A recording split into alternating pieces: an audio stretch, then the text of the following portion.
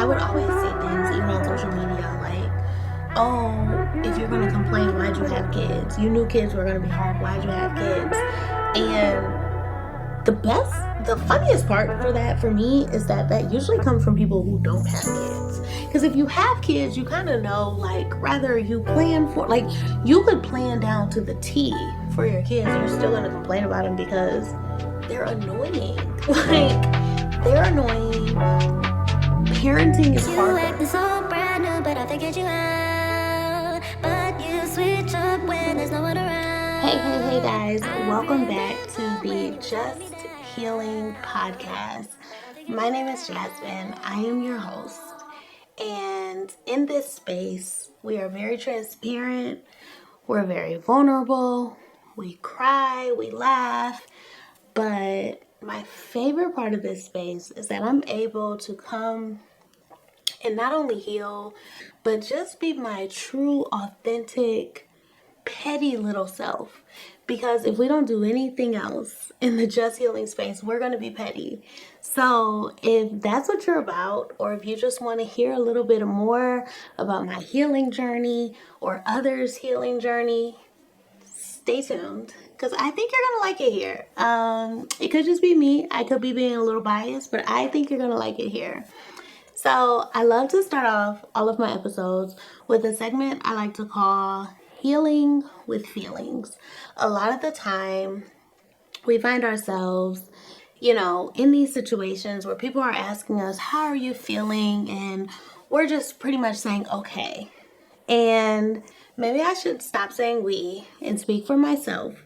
But I know that I'm someone who, when someone asks me, how are you doing? How are you feeling? My general default is typically I'm doing okay. And most of the time I'm not.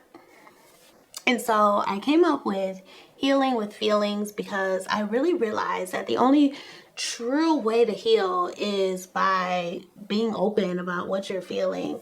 So I like to give my listeners a little bit of homework, and I like to ask if you've checked in with yourself, if you've done your homework, if you've asked yourself what your emotions are, how you're feeling, because it's so important. And I think that it really does get to the root of the healing, because if you're not being honest with anyone else, you're being honest with yourself. Sometimes I have a problem being honest with other people when it comes to my feelings, but I have really tried taking serious being honest with myself.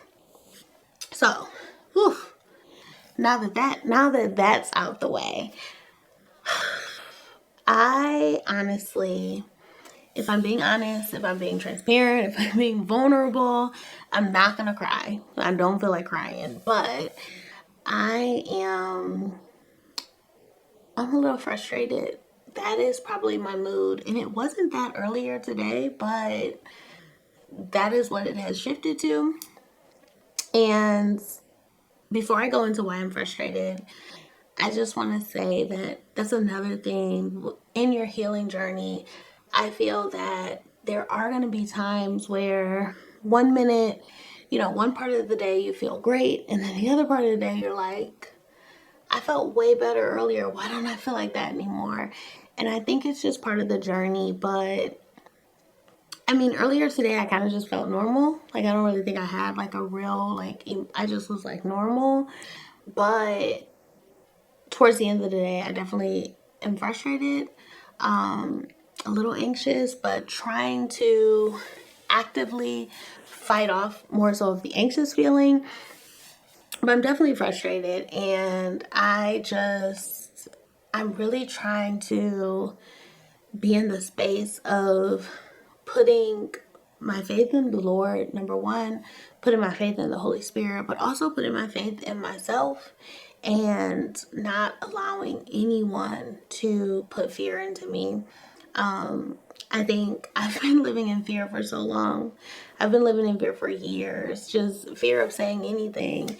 And I'm finally in the space of where I don't have to live in fear. So it's like, why would I let someone else, you know what I mean? Like, drag me back into the spirit of fear when I've been in that for 7 years, 6 years. So yeah, I'm fighting it off, but I am frustrated, and I am really actively fighting off the spirit of anxiousness that's over me right now.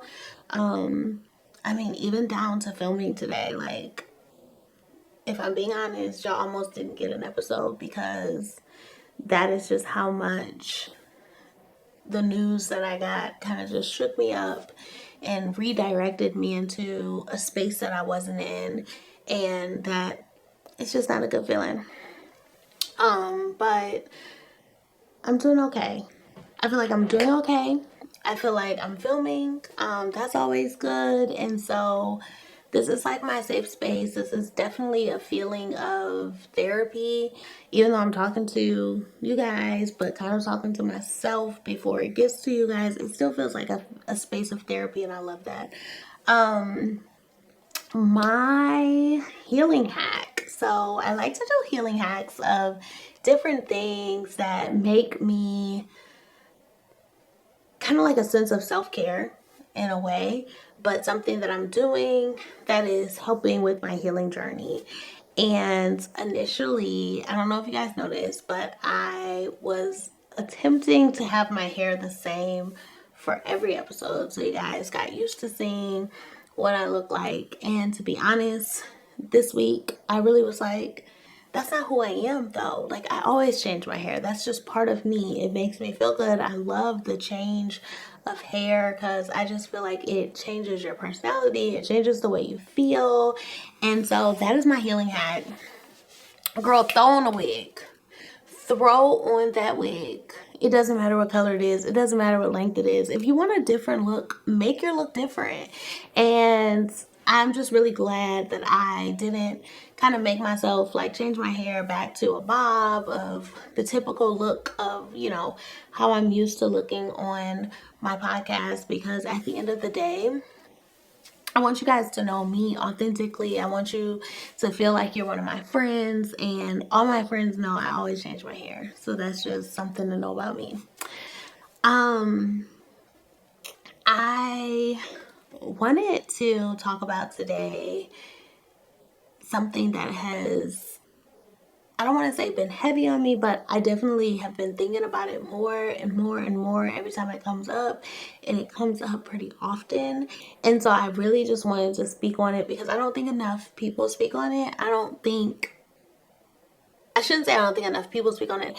I don't think enough moms who are actually going through it speak on it, because it's almost like we don't want to speak on some things, and we don't want to seem like we're complaining about some things. But I also think we need to realize as mothers that we're not complaining. We're just being honest. We're telling our truth.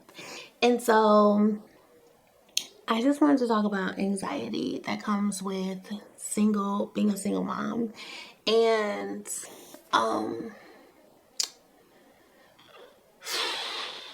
where do I start?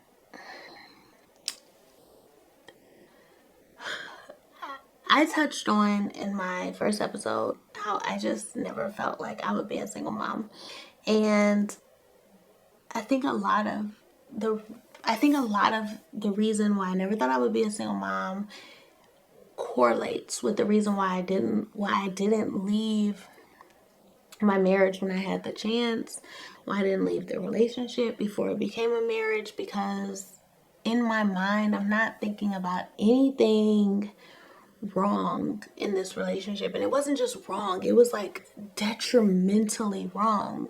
But I wasn't thinking about that. All I was thinking about was, do you want to be a single mom? Do you want to be single forever? Do you want to not have a partner? Do you want, men to look at you as like damaged goods and like, oh, she fine, but she got 2 kids, I'm good. And I think a lot of that was the reason why I stayed. And it's also interesting because of another reason of why I even was in the relationship in the first place was because I didn't want people to ask me why I was a single mom. And so I almost rather had went into a relationship with a complete stranger just to avoid the question of people asking me, why are you a single mom? That's insane to me. It's so insane. It's child. it's so ghetto. That's what it's ghetto, okay? But yeah, I just kind of wanted to talk about the anxiousness that comes with being a single mom that I don't feel like single moms talk about enough. And like I said, I feel like we don't talk about it because it can almost come off as like complaining. I feel I would always see things even on social media like, oh, if you're gonna complain, why'd you have kids? You knew kids were gonna be hard. Why'd you have kids?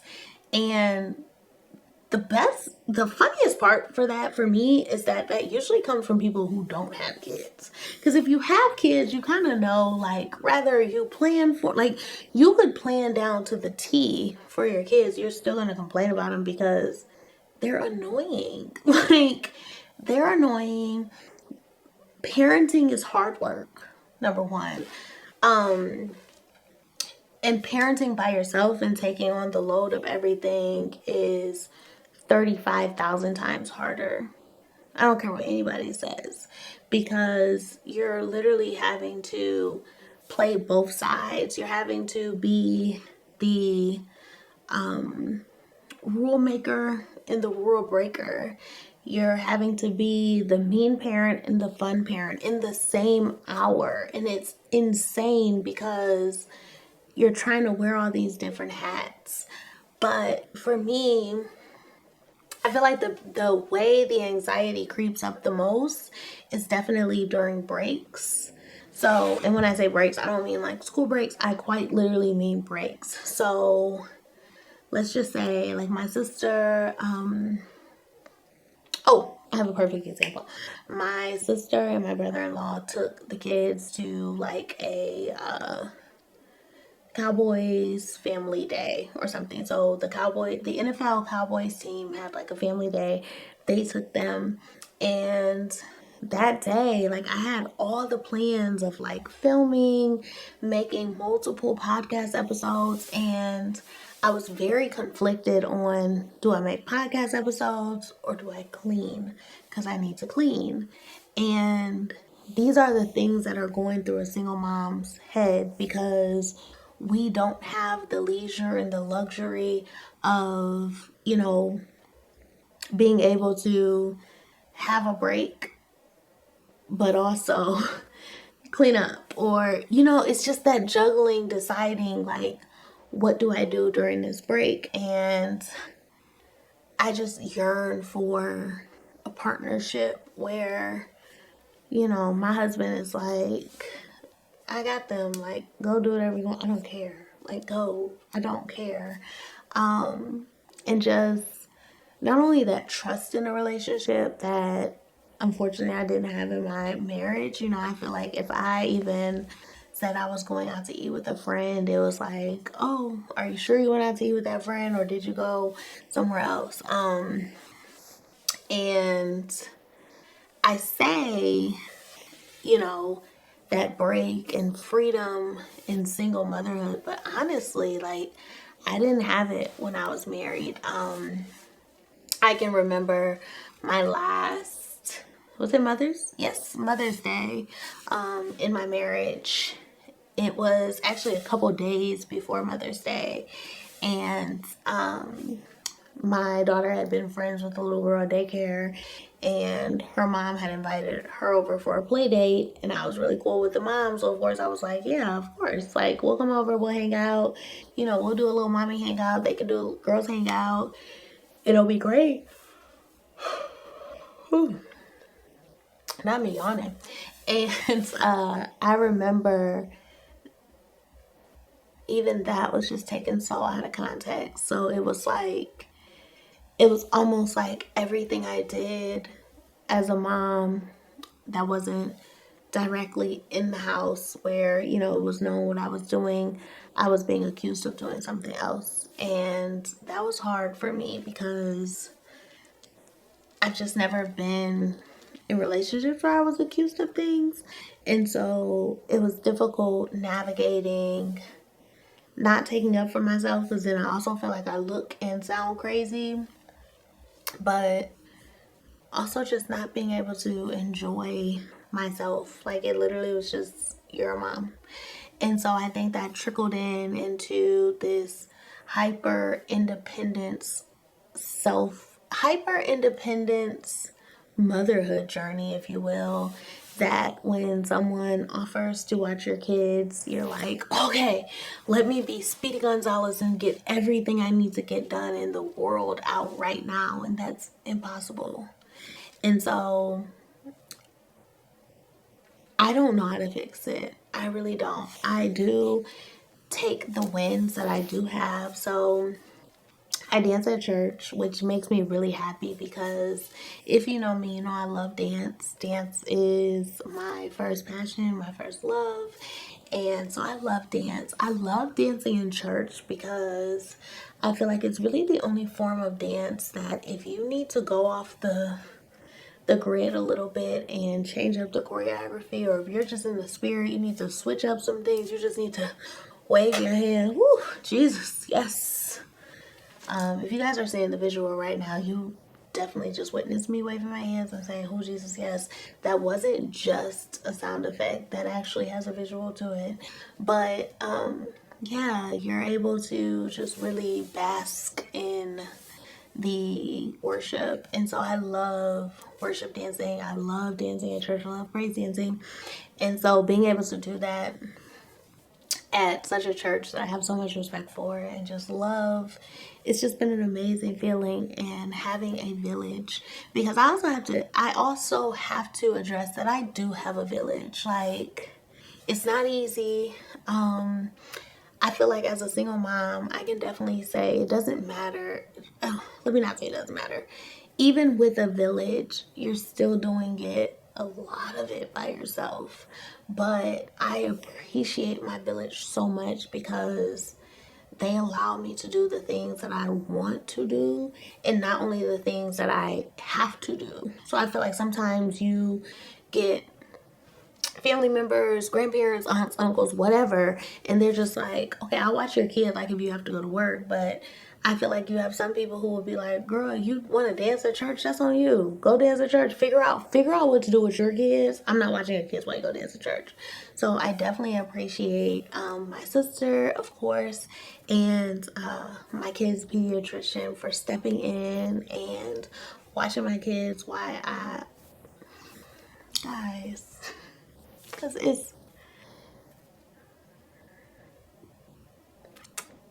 it's so small, but it really means so much to me. It really means so much to me that I'm able to do what I want to do. Yeah, it means a lot because I just feel like most moms don't have it. And as I'm talking, I'm just like, I'm just so grateful for my village. I'm so grateful for the people in my life who have stepped up and helped me with my kids because they didn't have to. And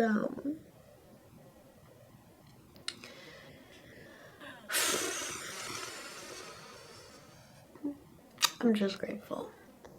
I'm just really grateful because it could be a lot different. And yeah, I'm grateful. And I just want to give love to the mothers out there. And I just want to tell you, like, girl, if you have a break, I know sometimes the room looks like hell. Trust me, I've been there. I know sometimes the dishes are piled up. I know sometimes the laundry smells like straight cows, but if you can just get you some minutes in, sis, I promise you, like, you'll feel better. If you can just get some time into yourself doing something that you enjoy, I promise that the anxiety will still be there. Because trust me, like, every single time, like, I get a break, and it's not like dance. It's more like if, like I said, they took them to the Cowboys family outing. Literally, my mind had 50,000 things going on. Like, okay, I don't have my kids. Do I clean? Do I cook? Do I do laundry? Do I go shopping? Do I do? I'm going crazy. And the craziest part is you're going crazy for like 3 hours tops. 3 hours tops, you're losing your mind.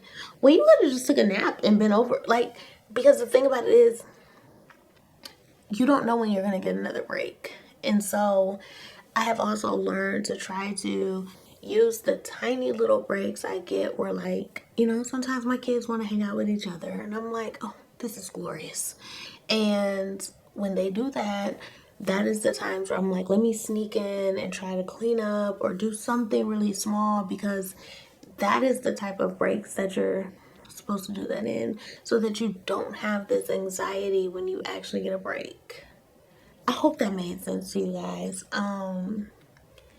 Because it's truly been something that I have been battling with, and I just think it's so unfair that we don't give ourselves the time as mothers to just be people and just do what we like, and just, if we have a break away from our kids, if we want to just lay down and watch Love and Hip Hop. What if I just want to be like this? Watching Love and Hip Hop. Once again, if you're not watching the visual, you won't know what I'm doing. But I'm quite literally laid out watching Love and Hip Hop. Because if that's what you want to do, that's what you want to do. If you want to take yourself shopping, go. If you want to go grocery shopping and you just want to go without them kids, go. Because the reality is they'll be back before you know it. And that's what I really had to tell myself. Like, girl, them kids are going to be back before you know it. Then you're going to be irritated with yourself, because you're going to be like, why didn't I do this, the kind of things I wanted to do. Instead, I was doing the things I felt like I needed to do. I really hope that came over the way I wanted it to come over to you guys, because it's so important to me. If you're not following me, please do. Please. I am on Instagram. I'm on TikTok. I'm on YouTube. I'm on Apple Podcasts. I'm on Spotify. All at Just Healing Podcast. I want this to be a space where you feel like you can come and listen to stories. I want this to be a space where if you feel like, girl, I had a story for you, or girl, I would love to be on your podcast, I want you to feel like you can just jump in my DM and be like, hey, girl, I want to be on your podcast. Because first of all, I'm going to be like, hey, girl, come on. Or hey, boy, come on, let's go.